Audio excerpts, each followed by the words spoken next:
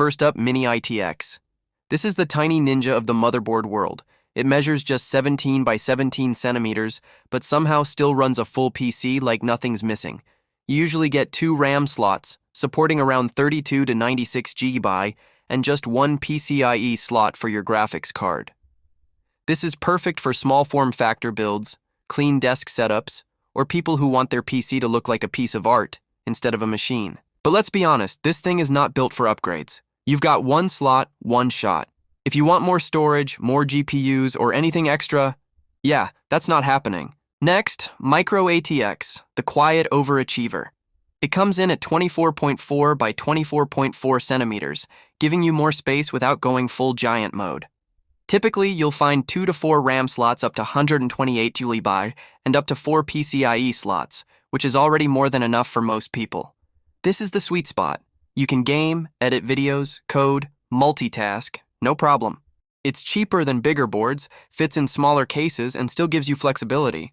It doesn't try to impress you, but it ends up being the smartest choice anyway. Then we have ATX, the standard legend. Measuring 30.5 by 24.4 centimeters, this is the most common motherboard size. You get 4 RAM slots, often supporting 128 GB or more, and multiple PCIe slots for GPUs and expansion cards. This is where you get full flexibility. Plenty of space for upgrades, better layout for cooling, and easier cable management. It takes up more room, but in return you get a system that can grow over time. Now, let's talk about EATX, also known as Why is your PC so big? This one goes up to 30.5 by 27 centimeters or larger.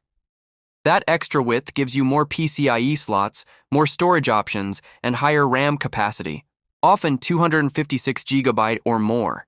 This is built for larger cases and high-end setups. It needs more room in your case and on your desk, but gives you extra expansion and better spacing between components. A large space also helps the PC to reduce heat perfectly because you can use a lot of fans and water cooling.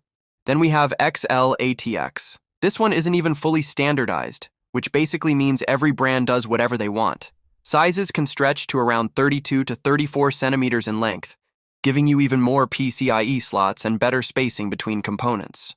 This is for people who want more breathing room inside their PC. Bigger spacing means better cooling, easier cable management, and less of that everything is crammed together feeling. Compatibility can get weird. Not every case supports it, and not every builder wants to deal with it. It's like buying a custom-sized mattress. You better make sure everything else fits. Next is SSI EEB, and now we've officially left the consumer zone. This board is big, around 30.5 by 33 centimeters, and it's built for workstations, not gaming setups. It supports dual CPUs, massive RAM capacities often hitting 512 GB to 1 TB or more, and tons of PCIe lanes for professional hardware. This is for engineers, developers, and people running workloads that don't just slow down, they break weaker systems. Rendering, simulations, virtualization. This is where SSI EEB lives. And space? Oh yeah, you're gonna need it. These boards require large cases, proper airflow, and a setup that's designed more like a workstation than a gaming rig.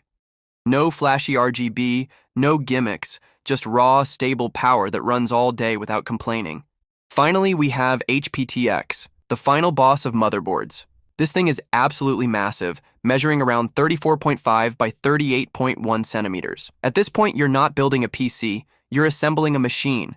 It supports dual CPUs, multiple GPUs, massive RAM capacity well beyond 1 TB, and basically every expansion you can think of. This is for extreme users. We're talking about setups that handle insane workloads, heavy simulations, or multi-GPU configurations that look like they belong in a lab, not a bedroom. But let's be real. This is not practical for most people. It takes up serious space, requires a huge case, and your desk setup might start looking like a server rack. But if your goal is maximum power with zero compromises, this is as far as it goes. So yeah, Mini ITX for tight spaces, Micro ATX for balance, ATX for most people, EATX if you want more room to grow, XL ATX for extra flexibility, SSI EEB for serious workstation power, and HPTX if your PC is basically a small data center